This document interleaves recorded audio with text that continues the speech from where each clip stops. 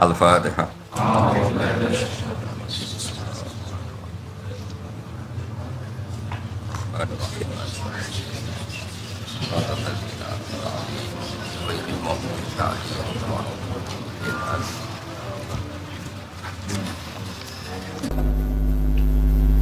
Saya punya contoh sekian kasus, sekian tragedi. Misalnya begini, saya itu dulu punya teman, dia soleh, bisa baca Fathul Mu'in.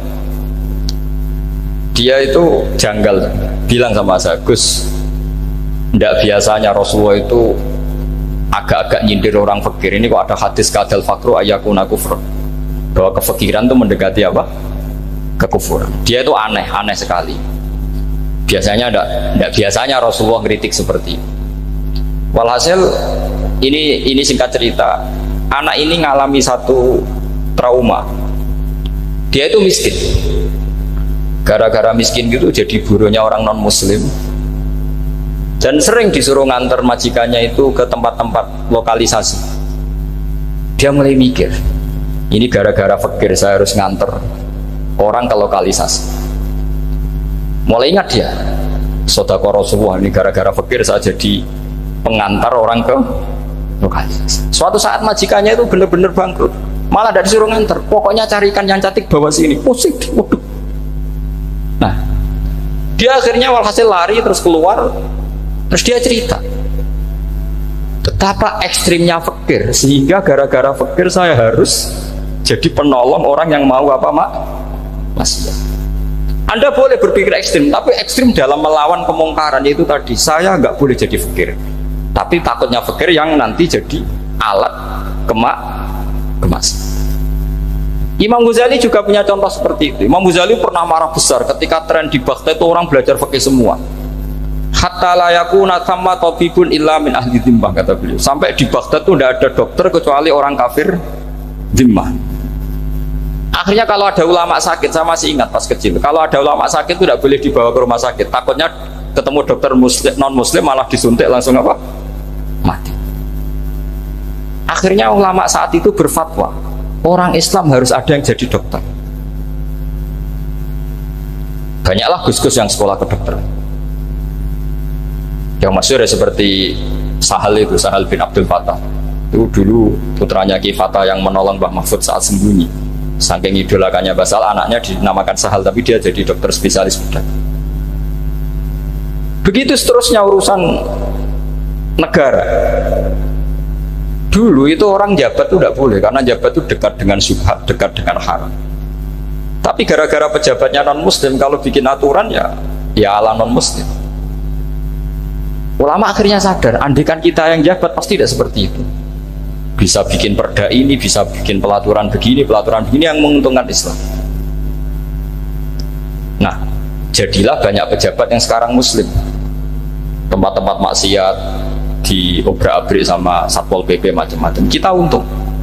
Tapi kalau orang-orang khawarij pikirannya pokoknya pejabat itu dekat dengan haram, dekat dengan syubhat. Padahal dengan kita jabat bisa bikin perda atau apa yang menguntungkan Islam. Kemudian menjadi masalah baru secara fikih. Ini adik-adik dengerin biar kulino senam fikih. Kalau caleg soleh, misalnya Mas Nadif nyaleng, ini tadi tak guyoni, mau jadi bupati ndak, kalau ya mau usah dukung. Jadi misalnya gini ya, Zaid sama Bakar, misalnya Bakar itu orang soleh, mau jadi calon lurah. Dia tahu kalau dia lurahnya kampung lebih baik. Kalau yang jadi ini Zaid, itu kampung itu rusak karena dia suka dugem, suka macam-macam. Kemudian Zaid ini pasti jadi karena beli suara. Misalnya per kepala itu dibeli 50.000. Bakar ini kalau nggak beli suara kalah. Padahal dengan kalahnya Bakar artinya kemenangan kemungkaran.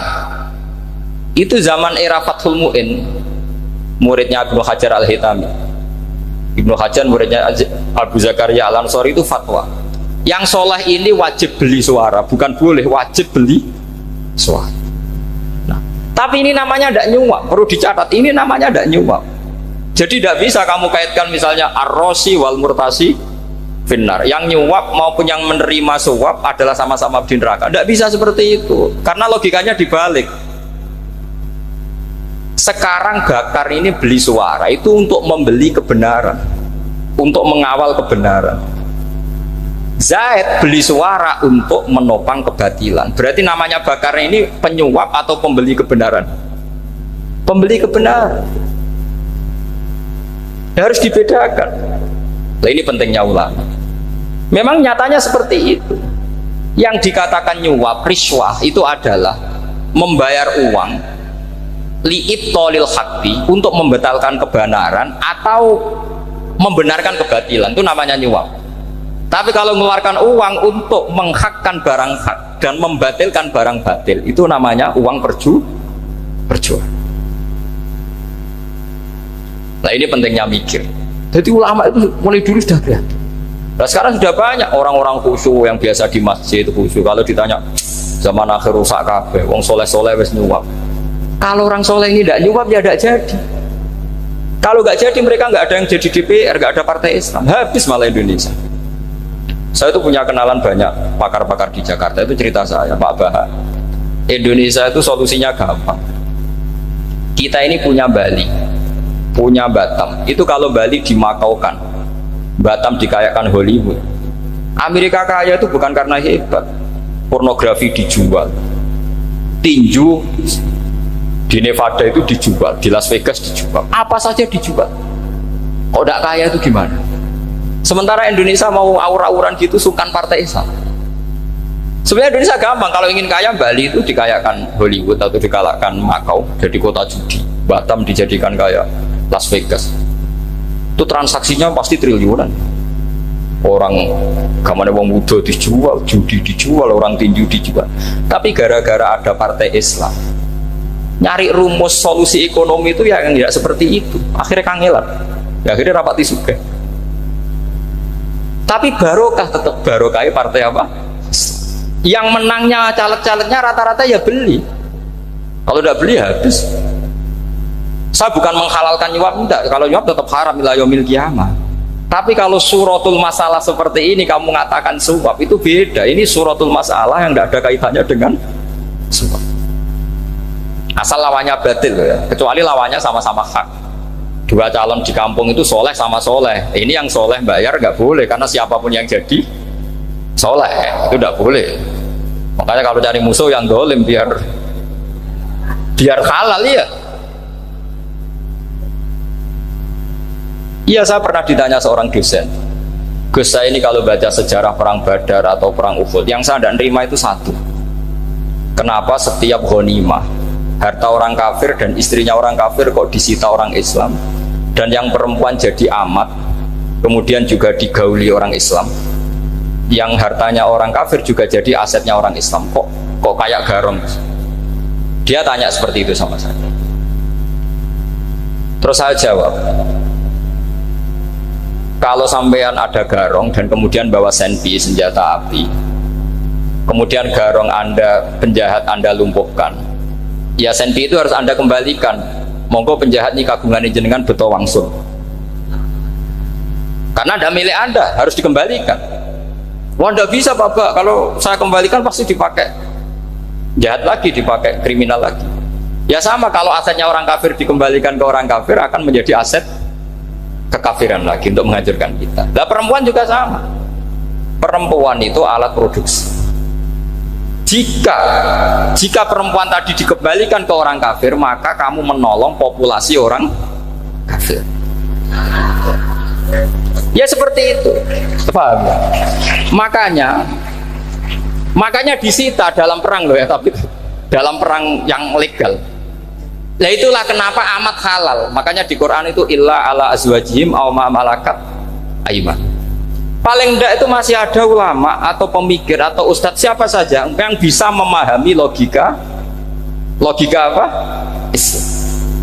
Nanti kalau ulama ini sudah meninggal, orang akan mencibir Islam dengan cara mengatakan Islam itu jahat, yaitu menyita hartanya orang kafir dan istrinya orang kafir setiap kali terjadi perang. Karena pemikiran ini pasti sama-sama kutubnya, sama-sama ekstrim. Nah ini penting saya katakan. Makanya masyhur itu perdebatan Sayyidina Ali dan Muawiyah. Ini saya kutip sedikit. Ini ya sama-sama berpikir ekstrim, tapi ekstrim yang baik. Walhasil dalam satu kerja bakti di Masjid Kuba, itu ada sahabat namanya Ammar. Ini di depan umum, ini penting. Kalau dalam ilmu hadis di depan umum ini penting karena nanti menjadi mutawatir. Beda dengan hadis yang Nabi ngendikan sama 1-2 sahabat, namanya hadis ahadi. Di depan umum Nabi guyon gini sama Ammar, ya Ammar waihak taktuluka alfiatul baghiyah. Ammar, kamu ini nasib kamu itu agak sial.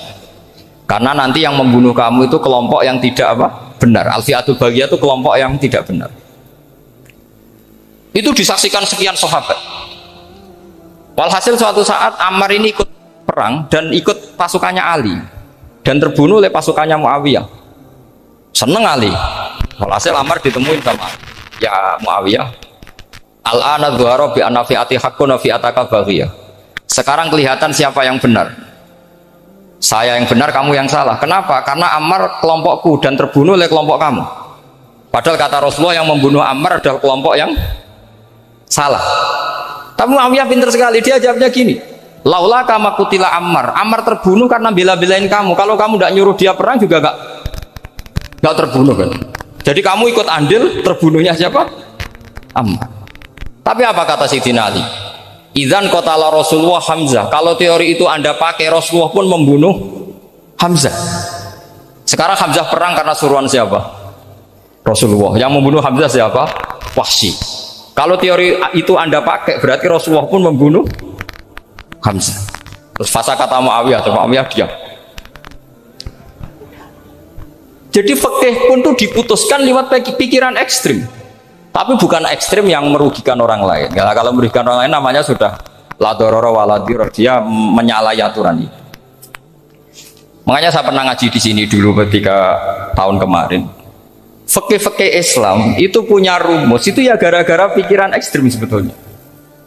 Saya pernah nyontohkan adalah orang tuh kalau sholat jenazah itu mayitnya di depan, itu ulama fikih tidak ada yang punya alasan. Mau hanya bilang gini, hakada wajadna salafan wa khulafan. Mulai dulu kalau nyolati mayit ya jenazahnya di depan, ya hanya gitu saja, tidak punya alasan. Makanya ulama lain mengatakan tidak apa-apa jenazah di belakang, yang sholat di depan. Kenapa? Fa innaha laysat bimanzilatil imam. Memangnya jenazah imam harus di depan. Itu ya tidak ada yang bisa bantah. Bagaimana mungkin harus di depan? Oh, enggak, imam kok harus.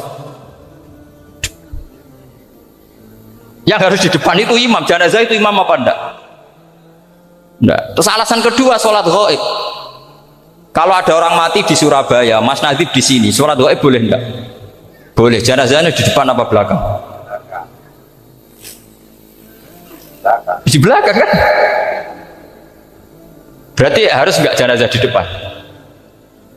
Ya dia mau ngakeh yang jelas kalau itu. Lah ini contoh-contoh kecil. Nah orang Khawarij itu orang yang paling tidak mau menerima otak-atik seperti itu. Akhirnya jadi goblok bareng tadi. Ya makanya Rasulullah pun jadi korbannya Khawarij. Muhammad, kamu harus adil. Karena pikiran mereka adil itu yang memberi banyak ya dapat banyak. Kalau pikiran nubuah tidak seperti itu. Kalau yang biasa memberi, biasa heroik, biasa baik, ya biar tetap biasa memberi. Jangan dilatih jadi apa? Fasik. Ini mungkin adik-adik juga agak keberatan, tapi harus dilatih. Makanya saya itu jadi kiai itu ya mulai kecil, anaknya kiai, putu kiai, saya itu yang mulang itu senang. Saya tidak pernah terlintas dikasih santri atau dihormati, ya enggak. Mungkin sampai mati agak terlintas. Ya pikiran saya sederhana. Biasa mulang pahlawan, malah sekarang pasien itu malah kayak cemen, kayak turun kelas gitu. Jadi saya terus ya enggak kepikiran sama sekali. Loh kalau saya minta sama Allah, karena itu atasan saya. Makanya ada ulama yang ekstrim gini, ini kisah nyata. Ada ulama alim datang ke seorang raja, rajanya ini soleh padahal. Ternyata pas raja itu berdoa, ya Allah saya kasih ini. Padahal ulama tadi itu mau mengajukan proposal, mau minta apa gitu. Terus dia pulang, ketika ditanya, Pak Kiai kenapa pulang? Ternyata raja itu minta zat yang sama yang saya mintai. Kalau raja saja masih minta, ngapain saya minta raja? Saya akan minta zat yang dimintai raja. Terus pulang deh. Wah, itu ya pikiran ekstrim, tapi bagus ekstrimnya. Saya akan minta zat yang dimintai raja. Kalau sampean kan enggak, uteke saya les, sholat dinteni, tetap jalo. Oh, kok orang mikir seperti itu? Mang salah didik, salah itu tadi. Nah, ini harus dilatih. Masyhur itu ketika Nabi pas Fathu Makkah itu, orang-orang Ansor komentari Nabi gini, ketika Nabi sangat happy di Mekah, sangat enjoy di Mekah, kata orang-orang Ansor, Amar rojul fa'adroka durok fatun fi ahli wa ulfatun fi asyiroti. Namanya orang pasti happy kalau di kampung halaman. Jangan-jangan Rasulullah itu nanti hidup di Mekah lagi, karena Mekah sudah dikuasai orang Islam. Beliau pasti kangen sama keluarga, sama Mekah. Tapi ya sama, ketika Rasulullah mulai mengasih-ngasih itu, orang-orang Quraisy dikasih banyak, orang Ansor juga pikirannya seperti itu. Baru orang Ansor dilatih pikiran nubuwah, yaitu tadi. Mereka itu dapat kambing, dapat sapi, terus pulang. Kamu mendapat saya, milih mana? Milih Rasulullah Shallallahu Alaihi Wasallam. Sekarang kamu saya balik. Kamu punya kiai, kamu bisa memberi hadiah, memberi beliau. Suatu saat kiai Anda ini kaya raya, terus sering ngasih orang-orang yang nggak pernah berjasa. Kamu nggak pernah dikasih. Itu kalau pakai pikiran Khawarij, kiai ini salah karena ngasih orang yang tidak apa? Berjasa. Tapi kalau kamu pakai pikiran nubuah, enggak. Alhamdulillah saya tetap istiqomah memberi kiai itu. Dan alhamdulillah enggak dibales. Semoga balasannya di akhirat. Ya sudah seperti itu. Kalau pakai pikiran gengsi tadi seperti itu. Masa biasa memberi, sekarang posisi diberi, saya rak turun apa? Kelas. Jadi sebetulnya pikiran ekstrim itu boleh, tapi untuk yang seperti ini bukan ekstrim yang tadi. Makanya ini disebut al-hujjat. Al-hujjat itu satu logika yang bisa mematahkan asumsi awal. Ini saya harap santri-santri matolek, putra maupun putri berpikir seperti ini. Sehingga sama.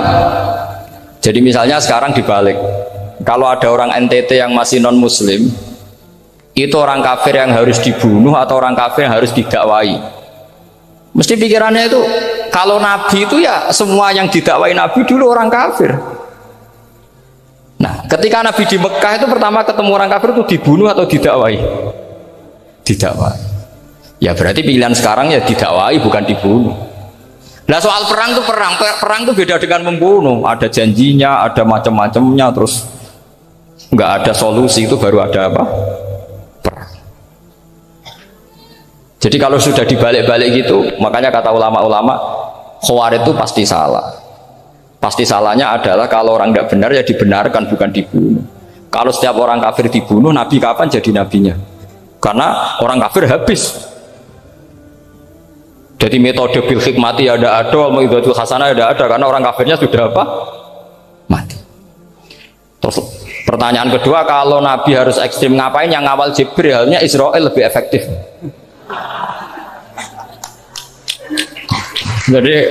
Jadi kalau sama-sama ingin ekstrim, Nabi itu nggak usah dikawal Jibril, kan tidak efektif kan?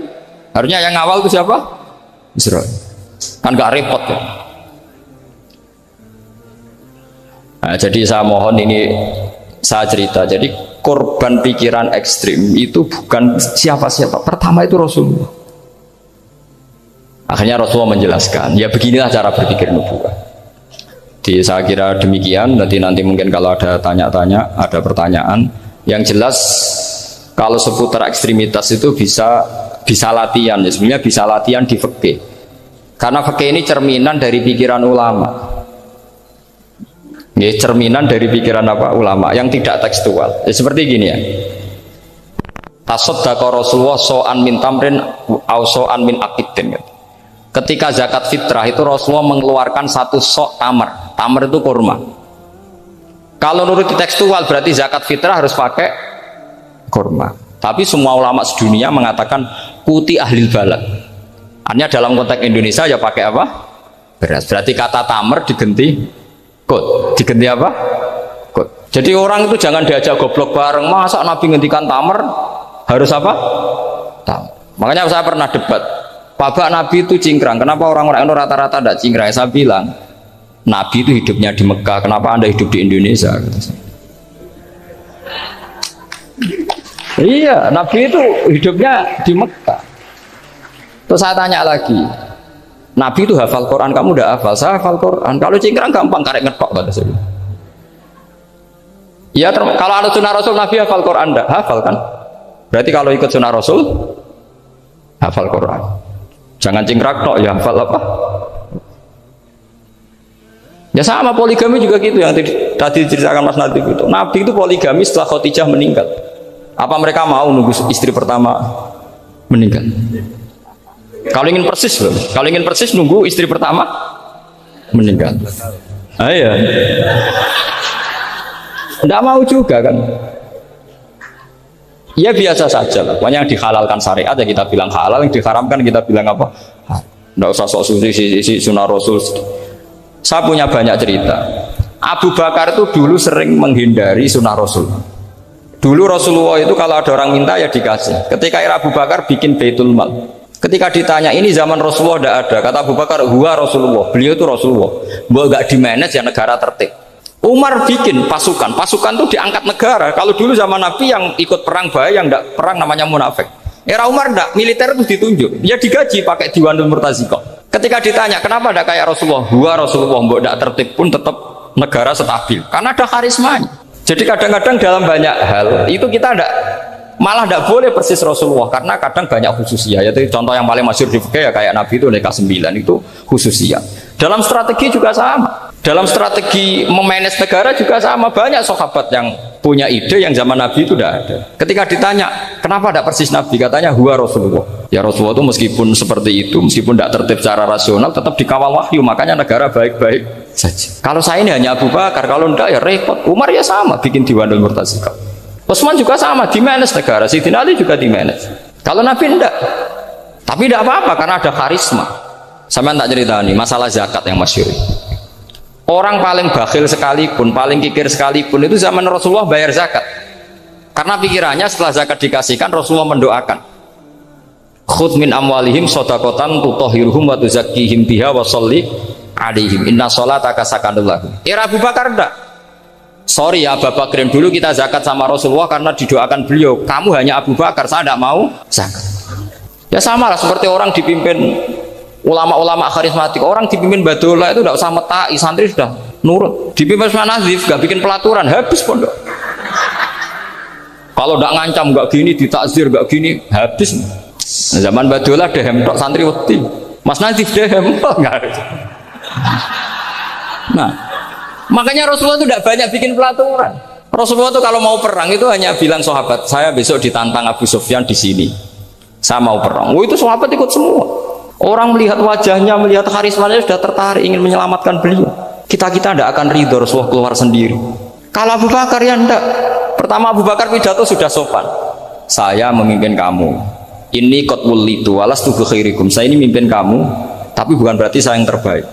Jika saya benar maka dukunglah. Kalau salah ingatkan. Itu pertama orang-orang bilang apa? Fa wa la uqiman nakabisef. Nanti kalau Anda salah tak ingatkan pakai pedang. Ya karena hanya Abu Bakar bukan Rasul. Jika diaturlah ini ada militer, ada pengawal, ada Baitul Mal. Era Umar lebih modern lagi, ada Diwanul Murtazikoh, ada macam-macam. Ya Rasulullah nggak ada. Nah sekarang orang sidik-sidik muni sunnah Rasul, padahal ada sunnah Rasul yang khasnya Rasulullah sebagai nubuwah. Khasnya Rasulullah sebagai apa? Nubuwah. Coba Nabi itu istrinya 9, semuanya cerita tentang tahajudnya Nabi, witirnya Nabi. Apa kira-kira Mas Nadif kalau punya istri 4 ceritanya tentang tahajudnya Mas Nadif? Perkasaan. Kan enggak? Nah, jadi saya mohon, sebetulnya pikiran-pikiran ekstrim itu karena enggak mau belajar. Enggak mau belajar. Kalau mau belajar itu kata Imam Ghazali itu dalam kitab Imla, Al-Imla fi Iskalatil Ikhya itu. Fal ma'ani awsa'u minal ibarat. Yang namanya ma'ani itu awsa'u apa? Minal ibarat. Jadi yang fal ma'ani awsa'u minal ibarat. Jadi yang namanya makna itu lebih luas minal apa? Ibarat. Nah, ini contoh yang paling nyata ya Sayyidina Ali. Ketika Sayyidina Ali perang sama Muawiyah, itu Sayyidina Ali bilang sebaiknya Muawiyah kirim delegasi mediator. Saya juga kirim mediator. Terus orang-orang Khawarij karena tadi tekstual. Mahadha ya Ali. Ini apa ya Ali? Lam yujad fi kitabillah. Aturan mediator itu tidak ada di Quran. Bahwa kalau kita perang harus ada mediator itu tidak ada. Terus Sayyidina Ali baca ayat wa in khiftum shiqaqa bainihima fab'atsu hakaman min ahli wa hakaman min ahliyah. Jika lelaki dan perempuan suami istri terjadi shiqaq, terjadi konflik, maka suami kirim satu mediator, yang pihak perempuan juga kirim mediator. Terus Sayyidina Ali ngendikan wa amru Muhammad a'dhamu min amri rajulin wa imra'atin. Urusan umat Muhammad lebih serius ketimbang urusan hanya sekedar suami dan istri. Maka kita butuh hakam, butuh mediator. Baru 4.000 orang Khawarij tobat mengikuti pikirannya Sayyidina Ali yang tidak tekstual. Sama seperti zaman Rasulullah. Ketika Rasulullah mau perang Badar, saya ini mau perang Badar kata Rasulullah, musuh saya itu 1000 lebih, kalian hanya 313, apa kita teruskan?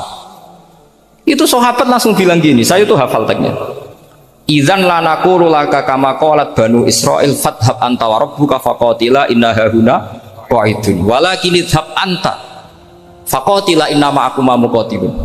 Ini kelihatan sekali bahwa para sahabat sudah ada tekstual. Orang-orang Bani Israel ketika melihat Musa katanya sakti dan orang dekat Allah, itu cara berpikir orang Bani Israel gini. Walhasil ada perintah supaya Musa itu merangi kaum Jabarin.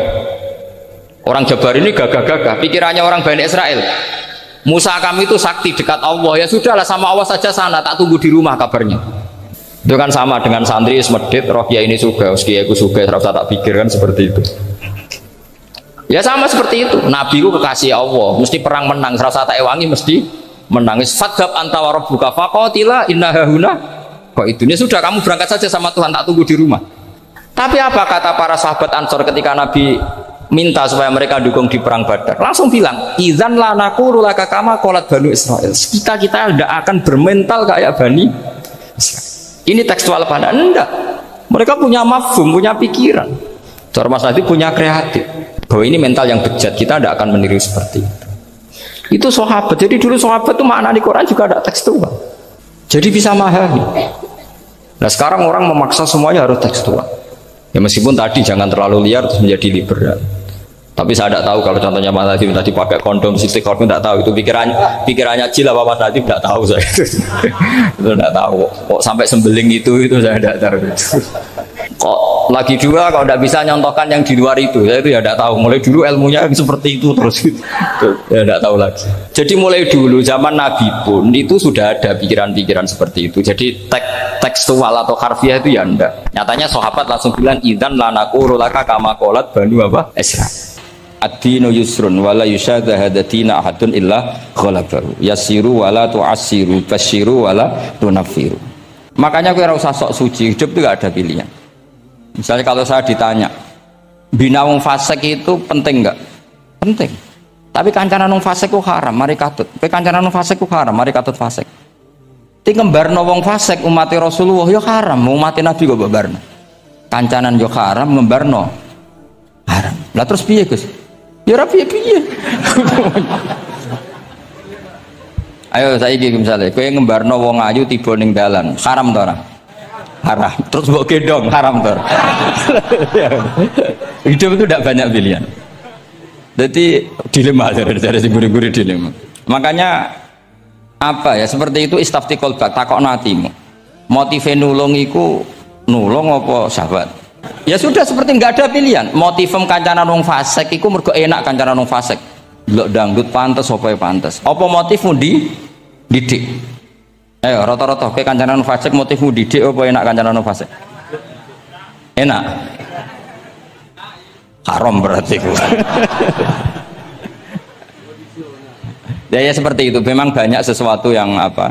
Makanya banyak ulama ngendikan banyak perilaku duniawi yang menjadi amal ukhrawi karena niat. Juga sebaliknya banyak perilaku ukhrawi yang akhirnya menjadi duniawi juga karena niat. Makanya niat itu diatur sedemikian rupa. Nah ini juga sama. Duduk tasahud akhir. Ayo, duduknya dulu, duduk tasahud baca sholawat itu satu paket. Makanya al-atasek wal asir wal hadi asar atasahud wa qauduhu wa sholat ala nabi sallallahu alaihi wasallam. Fatasahudu mongko tasahud wa qauduhu lan lungguh tasahud. In aqobahuma lamun ana sing maca akibah tapi sami ya. Lamun mungkasi utawa nyusuli huma ing tasahud lan qu'ud apa salamun salam iku ruknani berarti rukun karone. Jadi tasahud yang diakhiri salam itu berstatus rukun.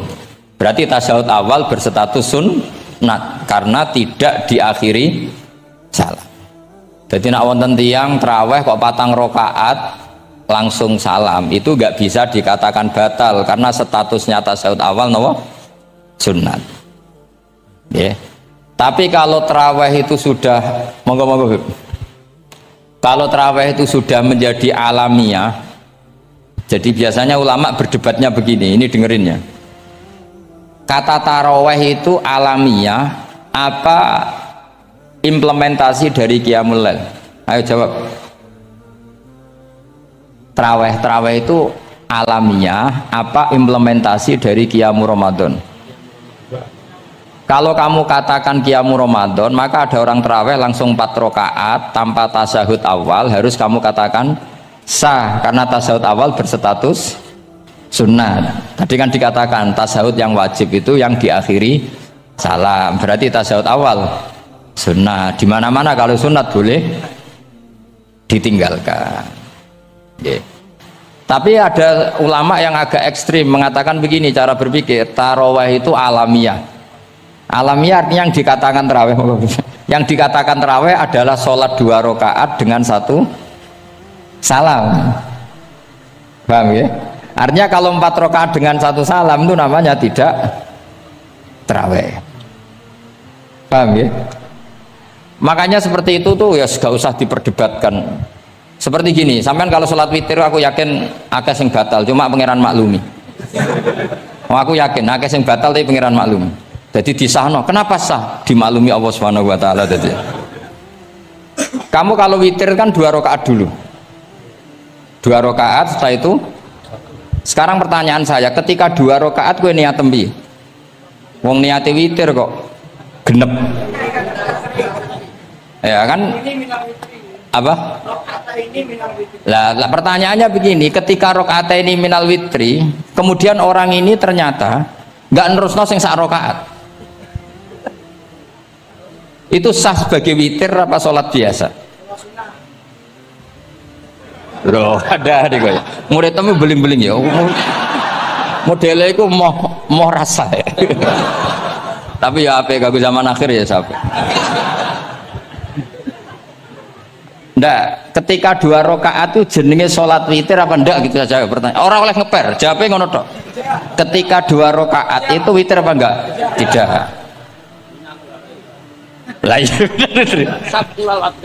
Lah iya ikut paket witir. Berarti niatnya sampean gini, ya Allah saya sholat 2 rakaat, ini paket witir loh Gusti. Makanya solu sunnatan rakaat ini minal witri. Jadi seperti itu kan bingung kita. Nah sekarang begini, ndak ini latihan fikih karena saya pengajar fikih. Kalau ada orang sholat, ya saya ulang lagi ya, ada orang misalnya begini, ada orang sholat terus sarungnya itu pas sampai dengkul, sampai lutut. Kalau dia rukuk pasti jengking pupune ketok. Iku batalnya ngenteni wis rukuk apa mulai pertama batal? Enggak, jawab saja. Apa? Ketika rukuk apa mulai berdiri sudah batal? Ketika rukuk ya. Awas eleng-eleng ya. Ndak ini undian berhadiah. Itu di Asbawan Nadhair itu ada pertanyaan gini. Lalu yang dikatakan sholat itu apa? Yang dikatakan sholat adalah satu akwalun wa af'alun muftatahatun bitakbir muhtatamatun. Nah, lalu ketika dia rukuk itu batal. Batal yang batal apanya itu Pak? Wong dia belum berbentuk sholat. Berbentuk sholat itu kan kalau sudah absolut sampai salah. Yang batal itu apanya? Wong sholatnya rong kasil lah. Bingung tuh sahabat mesti. Jadi makanya pertanyaannya itu apa ya? Fikih itu kadang ya sudah seperti itu, memang angel. Makanya kalau kamu melihat perempuan itu di takrib itu melihat perempuan yang ajnabiyah itu haram kecuali untuk sekian hal, termasuk mulang muamalah. Ngopi dianggap muamalah repot. Sekarang pertanyaannya, kamu ngopi demi melihat apa melihat untuk ngopi? Nggak, jawab ya. Lah anak niatnya ngopi, mestinya kan brewok lah ya di ngopi ini kan gitu. Cek bakule brewok, cek bakule komisen. Kopi nah. Nah kira-kira agak haram itu mesti begini. Saya sama Habib Ali jalan ke Jakarta terus ngantuk ngopi. Kebetulan bakule ayu insya Allah halal karena orang niat. Nak sampean kan gak apal. Wah sing pojok kono wae. Wah itu mesti haram itu tak jamin itu. Goblok ngopi kok ning kene nang kono wae. Kalau saya sama Habib Ali enggak. Jadi ya mlaku-mlaku ngantuk ngopi. Kebetulan bakule ayu. Ya terus wong kene wong saleh ya cepet ya ini bahaya iki. Nak pas umat saleh ya gitu. Kalau enggak pas wah cocok ya. Lah mulai ngomong cocok itu masalah kan. Makanya pertanyaannya itu yang halal itu nazar li taklim apa taklim li nazar? Apa? Nah, mbok kowe semuni. Jadi itu masalah-masalah fikih memang, makanya kalau berteman orang fasik itu hati-hati ya. Kalau itu kamu lihat umatur Rasulullah Shallallahu Alaihi Wasallam yang perlu kamu selamatkan, yang perlu kamu bina, jenenge tarbiyatul fasik, membina orang fasik. Tapi kalau kamu memang bermental fasik, ini namanya mualah, berkawan sama orang fasik. Itu hukumnya langsung rubah. Kalau mualah ya haram, kalau tarbiyah sunnat atau bahkan wajib. Lah takok bedane piye Gus? Ya takok awakmu. Ya sudah seperti itu, enggak ada jawabannya sudah.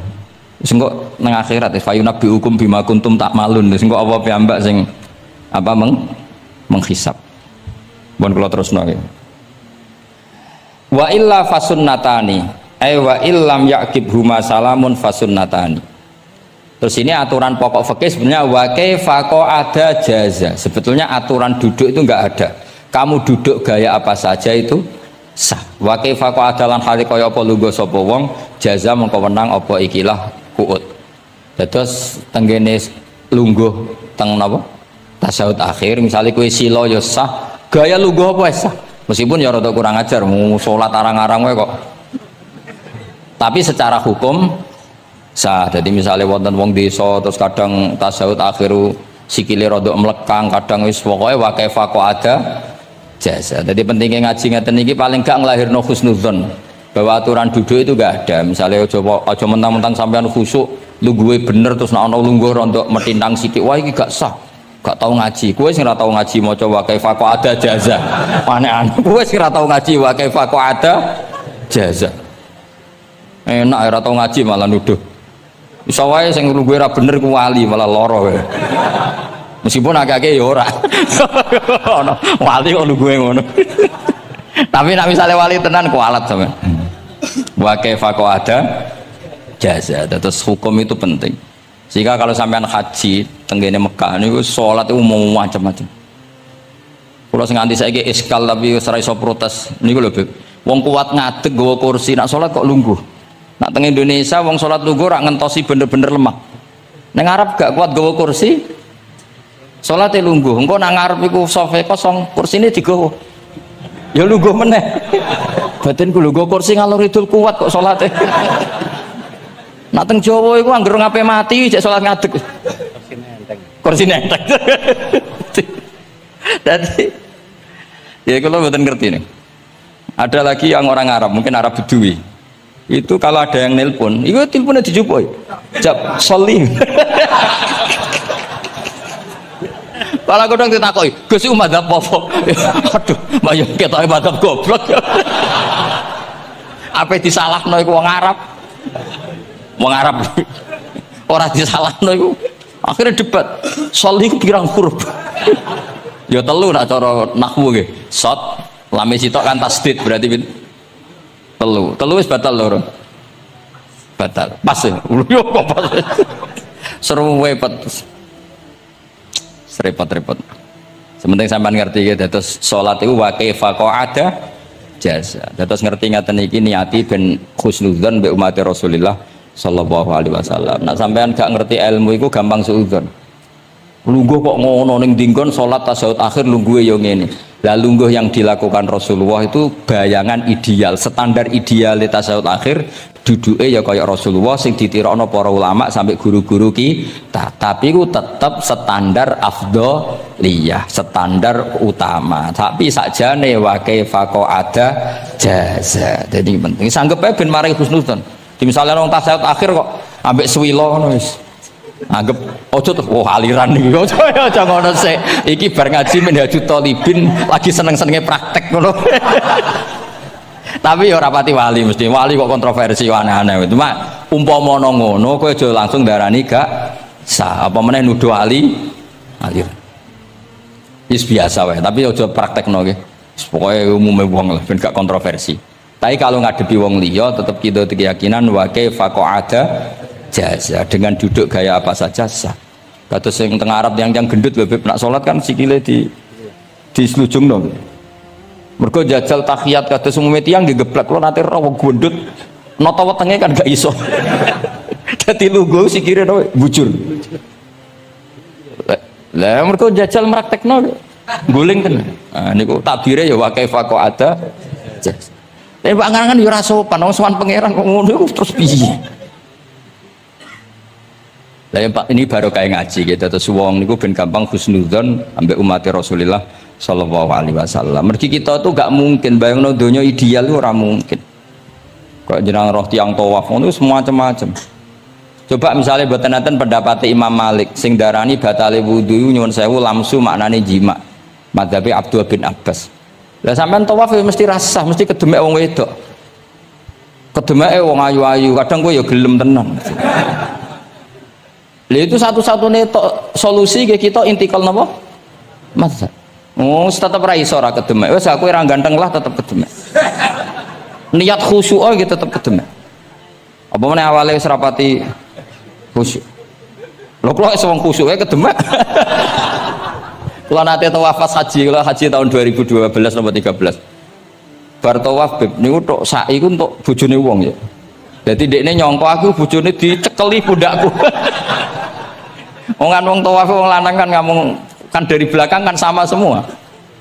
Bareng terakhir didelok, lho, jebule ora. Piye gitu. Lah aku ya ora krasa lagi usul pangeran coba. Aku coba bayangno kok sampeyan terus krasa mboten.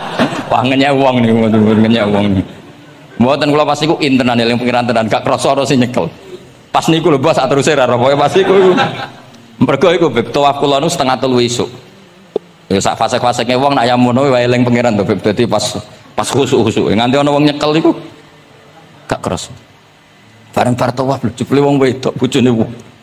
Wah matane wong. Mangane Quran nak ngelingno kita iku napa? Faman farada fihinnal hajja fala rafasa wala fusuqa wala jidala fil hajj. Jadi potensi fase ku malah pas haji. Fil haji fi ku ing dalem. Lah kok mboten sebut di teng Arab niku wong nak mboten haji ku wajahe ditutup nganggo cadar. Tapi nak pas ihram malah wajah wajib dibuka. Iku wis mari uji nyali tok. Kula nate dikonco khusuk. Khusuk tenan nggih, khusuk alim. Niku nate di kesempatan ngambung Hajar Aswad. Pas sampai ngambung, pas untuk detik ngambung, pas ana wong Turki wayu pas ngambung. Niku cerita teng kula, cara tak terusno Gus. Iku ora kena Hajar Aswad. Kena pipine cah wedok niku. Lho pangeran niku kok iso detiknya sama, Bu. Pas sampai ngambung, pas posisi Turki yo. Wayu Gus. Lha iku wong alim eling ayune, ora eling Hajar Aswad. Bareng rezeki wae. Mulane Hajar Aswad itu ngenes, mulane dari Hajar Aswad aku dhisik putih. Gara-gara dosane Bani Adam dadi ireng. Mane kata yang haji nangis kan termasuk niku nyesal deh. Jebule wong sing rayu bojone tok wong nundune wayu kabeh. Sing bagian niku maksudnya. Dadi jan repot. Pangeran niku nguji ngoten faman farada fihinnal hajja fala rafatha wala fusuqa wala jidala fil hajj. Bener nak salat. Sak fasek-faseke wong pas salat iku mesti warung lanang-lanang. Salate ning masjid ngarepe wong lanang, pinggire wong lanang. Haji mboten.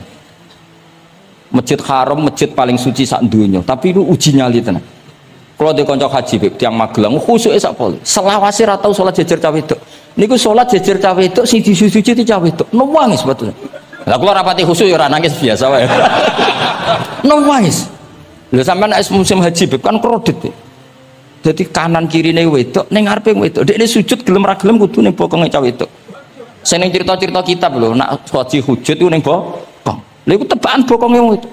Nangis. Gus kula niku tiyang Magelang, sak urip-urip kula ra tau jejer wong wedok. Wong khusyuk. Katoke bakat dadi wali, katoke khusyuk. Nangis bar haji. Gus kula napa hajine mboten ditampi kok nate ngalami sujud. Aku piye pengen ngandani wong khusyuk bingung kok ngandani wong khusyuk. Ngongkon istighfar ndekne ra salah wong kepeksa. Ngongkon nikmati wong khusyuk kok tak kon nikmati. Lho cara sing takok sampean. Aku mending gayamu. Jawabnya gampang, cara sing takok sampean jawabnya gampang. Iki piye? Paling gayamu apa? Iki sing takok wong khusyuk. Ya akeh sing takok sampean ngono gayamu. Sing takok nu tiyang khusyuk mek nangis tenan nyesel. Memang haji itu unik, makanya Allah ngikatkan fala rafatha wala fusuqa wala jidalu fil hajj ing dalem pas nglakoni. Mencen uji. Jidal kayak ngoten. Ono wae sing mari muring-muring. Wis niat khusyuk, niat sabar bebe. Ono wae sing mari muring-muring. Memang ujian betul. Lho kula nek wis kecelok wong gak gampang muring-muring. Wis terkenal lah nek kula nu seneng guyon ra gampang muring-muring. Nate badhe niku Beb. Romyu tanggal 11 umumnya haji Indonesia rak koblas zawal melok beb teng rombongan tiang ini warung tok Mina wonge didik-didik iki ajaran nopo Romyu kok koblas zawal Nabi kok ora tahu Romyu koblas zawal Nabi mesti Romyu ba'da zawal ngamuk-ngamuk sajane kula nu mboten mutawif kula mboten kaji gaet mboten kaji tenan nganggo dhuwit nak gaet diamuk wajib meneng ya engko iso di PHK nak akhirnya kula ngomong ngene akhirnya kula dijono Pak Bak sampai sing ngadepi. Ya Nabi ora tau Romyo koblas zawal tapi ora tau ngamuk-ngamuk koyo kowe ya. Mangkel opo. Lah ya Nabi ora tau Romyo koblas zawal tapi ora tau ngamuk-ngamuk koyo kowe ya. Repot. Akhirnya aku wah, jare kaji oleh jidal akhirnya. Iya padha jidal. Ra iso Kang. Pemene ngajak bojo geger tok. Kalau di konco ngajak bojo ya sing kancane sitok ngajak bojo wong Jogja. Nah bojo sitoke niku isuk-isuk gek noteh sing lanang. Isuk-isuk gek noteh kopi. Sing di bojo ora gawe noteh. Wong wedok piye ngono maksude. Jawabe sing wedok. Lah piye ijolan.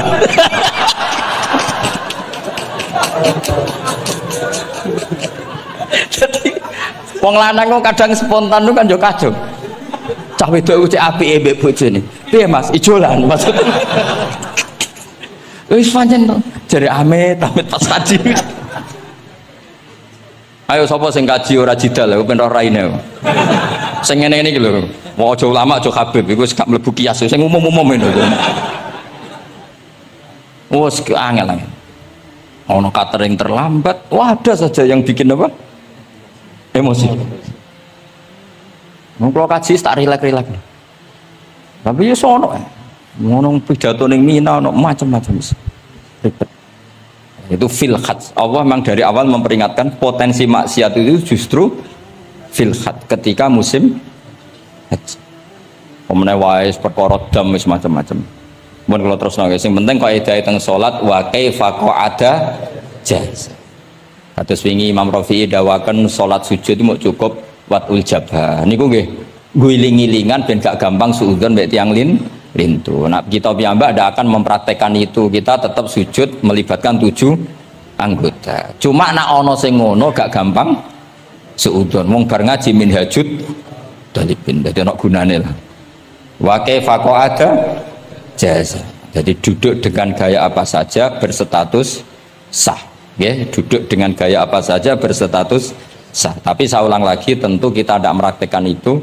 Kita duduk tasahud awal gederekno para guru, tasahud sani gederekno para guru. Cuma status hukum wa kaifa qa'ada jaza, dengan duduk gaya apa saja sah. Karena kita tidak pernah tahu. Ana wong duduke mingkrang jebule mbok salahno, mbok takokno jebule udunan kan ya ora roh. Salat kok modele ngono model apa? Jebule wonge napa?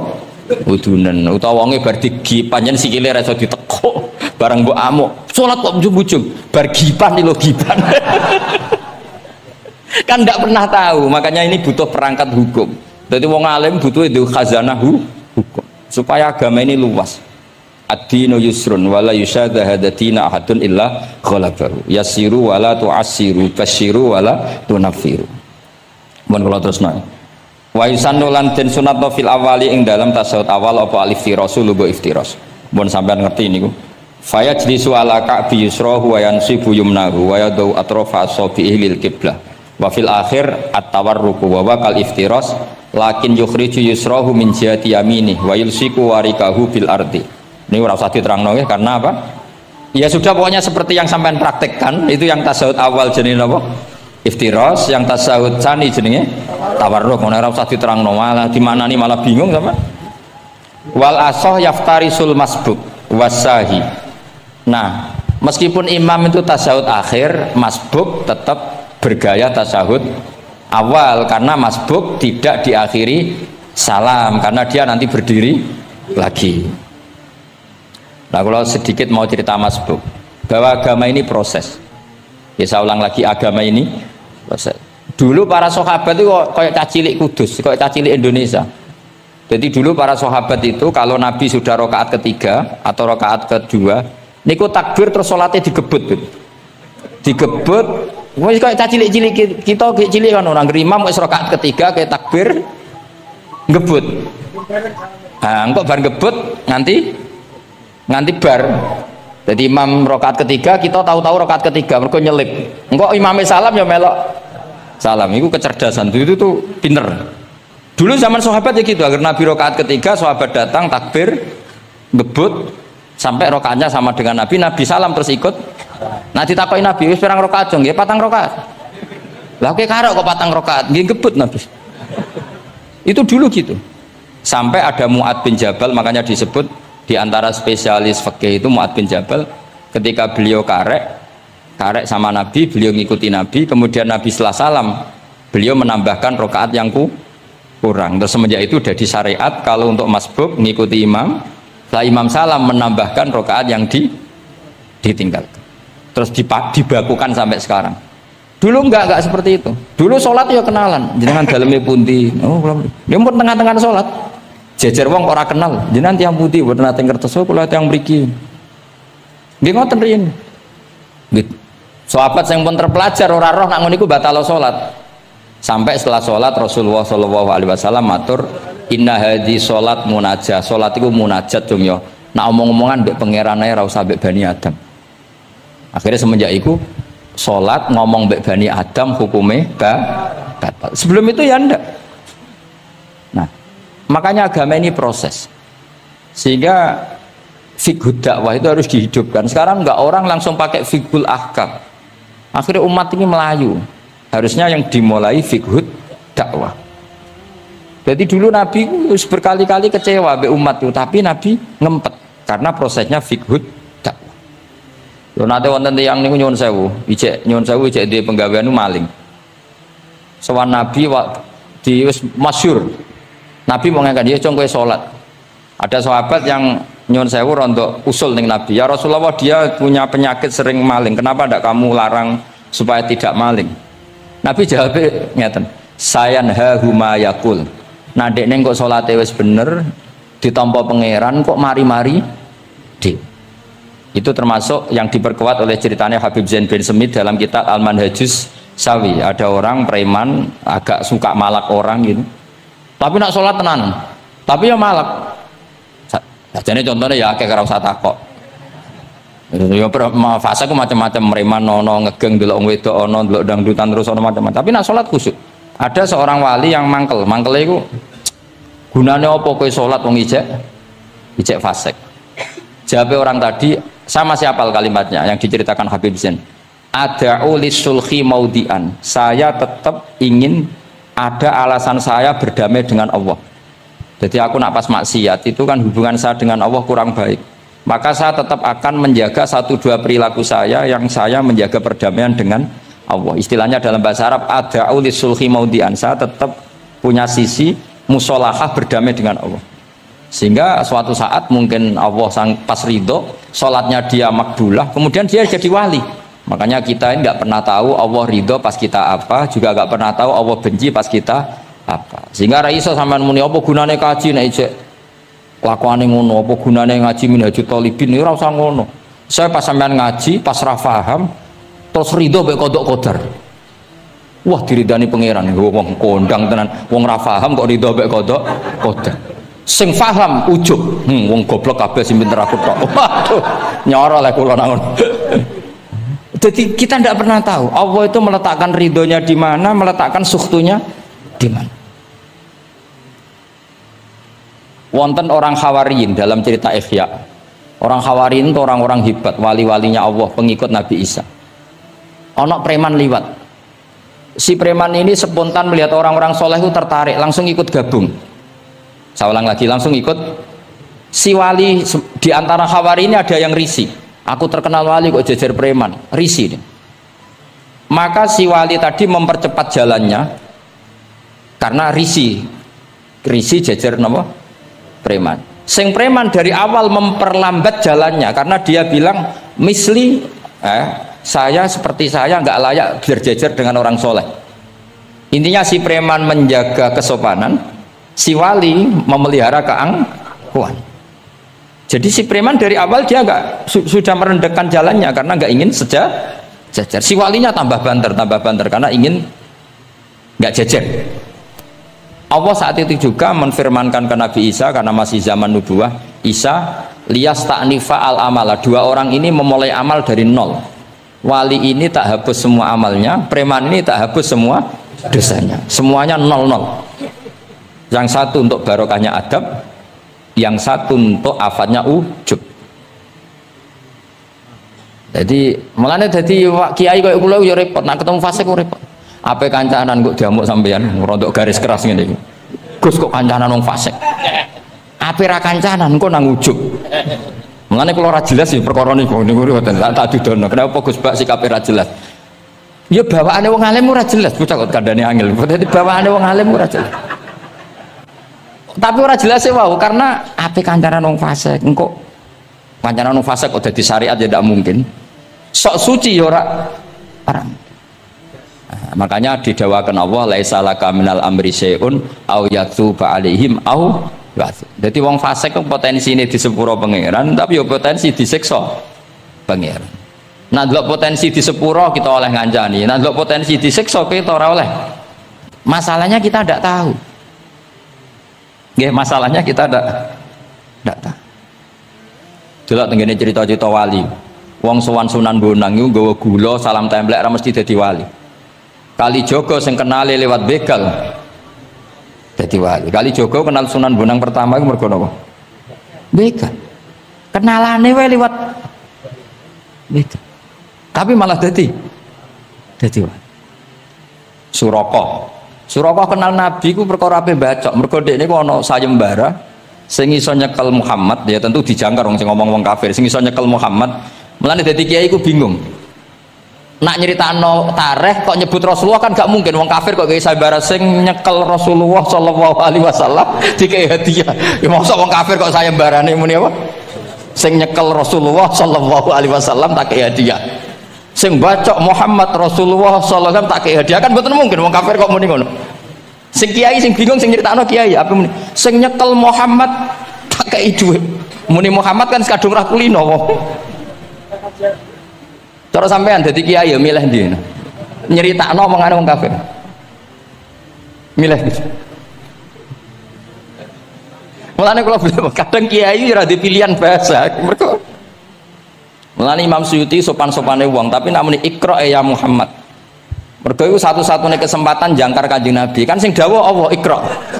Lah mesti Iqra ya Muhammad. Mergo Allah sing dawuh ning Kanjeng.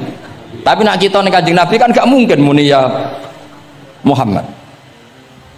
Sekamane ana sayembara, sapa sing iso nyekel Muhammad tak kei unta 100. Suraqah tertarik ikut.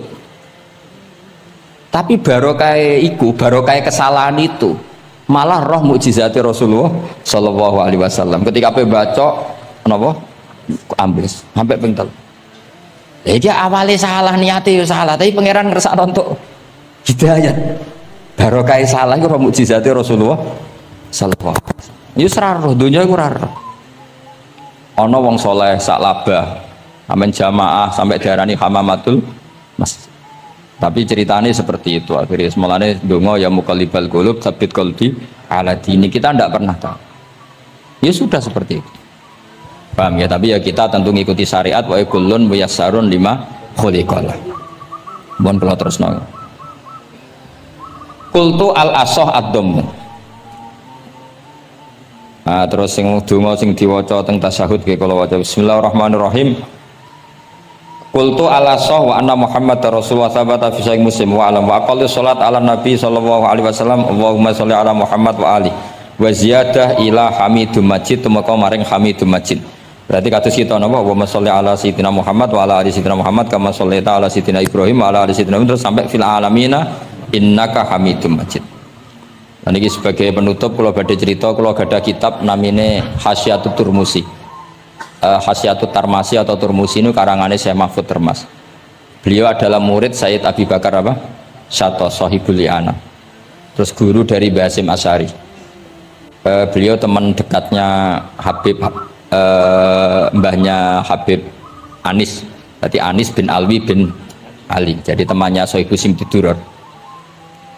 Itu beliau cerita tahiyat itu adalah perwujudan dari dialognya Allah kalian Kanjeng Nabi. Terus ketika Kanjeng Nabi dugi Sidratil Muntaha, ya, ketika dugi napa? Sidratil Muntaha, Nabi maos napa? At-tahiyatul mubarakatus sholawatut thayyibatu lillah. Mun Nabi mandek terus dijawab kalian Allah, assalamu alaika ayyuhan nabiyyu wa rahmatullahi wa barakatuh. Allah mandek. Terus Kanjeng Nabi niku mboten kepengin saking senenge teng umate bahwa kebahagiaan itu hanya untuk beliau. Saking sayangnya teng umate. Terus ditambahi assalamu alaina wa ala ibadillahi sholihin. Jadi niku barokah syafaat Rasulullah sallallahu alaihi wasallam. Jadi sakjane saking Allah namung assalamu alaika ayuhan nabi, hanya untuk Kanjeng Nabi. Tapi Kanjeng Nabi carane nego. Ampun nek Gusti niki umat kula wong kudus kathah ngono dadi kira-kira ngono. Dadi ya pangeran ya dinego ampun nek Gusti niki. Ditambahi assalamu alaina wa ala ibadillahi sholih. Niku sami kalian wala saufa yu'tika rabbuka fatardo. Muhammad kamu akan saya kasih nikmat kemudian kamu puas. Jawabannya Kanjeng Nabi napa? Fa la ardo wa wahidun min ummati finnar. Kula badhe jenengan puas no Gusti, saya tidak akan puas selagi satu umatku min ahlil ijabah, min ahli tauhid masih di neraka. Lan kados kula yo bingung, mbek wong fasik yo bingung, ape gedeng umat Nabi, ora gedeng umat sing kumat. Ora tau waras. Yo bingung tenan ngadepi wong fasik ku. Gedeng piye-piye iku umat Kanjeng Nabi. Ora gedeng sing ngerusak tatanan yo wong iku. Sampeyan milih gedeng apa milih seneng? Nah sampeyan jelas kan akeh sing akrab. Sing bingung kok wong saleh ku bingung. Lho nek wong saleh kan penak kan cara nu fasik santai wae pancen bagian dari itu. Bingung so. Ulama ra bingung ya rapati ulama. Mergo jajal sampeyan misalnya ngadepi wong fasik bingung. Ora mbok bina engko ya disalahno pangeran. Mbok bina kadang yo kakuwati wong uteke sira. Supaya angel urip ku. Lho nak Kanjeng Nabi karwan pinter ana diwarai pangeran. Sampeyan sing mari sapa? Curang yo. Tapi yang penting dari itu kita tahu bahwa hubungan wong fasik mbek wong soleh atau wong soleh mbek wong fasik sing jelas dalam adatu Rasulillah itu tidak hubungan kebencian. Itu yang sampean harus catat, tidak hubungan kebencian. Wong Nabi sering donga Allahumma hdi qaumi fa innahum la ya'lamun. Bahkan Nabi nate ngendikan syafaati li ahlil kabair min ummati. Saniki mboten soleh sithik ambek wong fasik ku gedenge ra karo. Kok ambek wong fasik, ambek sing wong tahlil lho gedhe. Mergo beda mazhab. Ambek wong sing beda pendapat iki gedhe. Ini ku mboten enten sanate, hubungannya ndak boleh seperti itu. Hubungan bainana wa bainal mukminin adalah at-tawaddud, saling mencintai. Itu soal mangkel ya bawaan manusa lah. Jenenge bar dipisah iku ya mangkel. Duit dikemplang ya mangkel. Itu wajar lah mangkel sekadarnya. Tapi kita tetap menaruh empati bahwa sosial seperti ini tidak terus-menerus. Bisa saja suatu saat dia soleh sekali, dia menyaur semua uang yang dia bawa, bahkan melipatkan, tapi bukan karena riba, melipatkan kesalahannya menjadi kelipatan kebaikan. Lo kata lo, tiang niku fasik, ketika soleh ku kesolehannya terus over, mergo ngodoi fasik. Sampai kiai ku ya bingung nak didolani wong mualaf ya. Mergo dekne Islam anyaran ya, terus salat ku qobliyah ba'diyah, tahajud duha. Sampai kiai niku isen mergo wis suwi ra duha ra tahajud. Kiai ana wong fasik tobat ra isen rata-rata isen mboten. Isen biasanya ibadahnya lebih ya, jadi kiai kan saking suwine ibadah. Kalau kula kan mulai cilik Gus, wis biasa salat iki. Ketemu wong lagi tobat. Qobliyah, ba'diyah, duha. Nak Jumatan mangkat jam 11. Gus, bingung kan? Kene main masbuk kan. Aduh. Mulane santri agar ono ibadah tenanan, oh wanyaran perkarane mangkel kalah napa? Saingan. Serepet. Wis pancen yo repot urip-urip. Angel ngadepi donya nu angel, wow. Tapi Rasulullah itu kayak apa? Hubungannya ngendikan Allah mahdi qaumi fa innahum la ya'lamun. Ketika sama orang fasik malah Nabi ngendikan apa? Syafaati li ahlil kabair min umat. Syafaatku itu iso nulungi wong umatku senajan to dosa gede. Ya tentu ora kok terus dadi syariat. Nah, ngono dosa gede oleh ya pun ngoten. Ya dosa gede sul khotimah taqabbalallahu minna minkum aneh-aneh. Cuma niki kula cerita, kebencian sama orang-orang sana, orang-orang seperti itu tidak sunnatur Rasulullah sallallahu alaihi wasallam. Sunate Nabi niku nek ana wong fasik iku didongakno dibina. Mergo piye-piye iku umate Kanjeng. Pun nggih Al-Fatihah.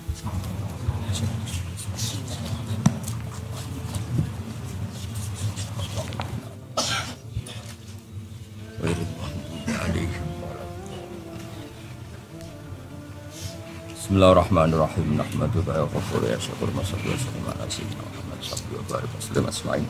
Allahumma ya Allah ighfir li masyayikhina wa ya khairu madina. Waghfir ya Allah muassisi hadzal mahal wa anzilhum manzilan husnan indaka ya Allah. Ij'al qabrahum riyadil jinnah rawdatan riyadil jinnah tajal qabrahum rawdatan barkan. Allahumma ighfir lahum wa'fu anhum waj'alil jannata ma'wahum ya Allah. Ilahi naqihim min khatayahum kama yunqas sabul abyad min at-tanas. Walakihim biridho kalamna min safatik walakihim bimafrat kalamna min adab bana atina fitunya hasanah fil akhirati hasanah wa qina adzabannar. Sallallahu alaihi sayyidina Muhammad sallallahu alaihi wasallam subhana rabbika rabbil izzati amma yasifun wa salamun alal mursalin alhamdulillahi rabbil alamin. Bismillahirrahmanirrahim. Alhamdulillah.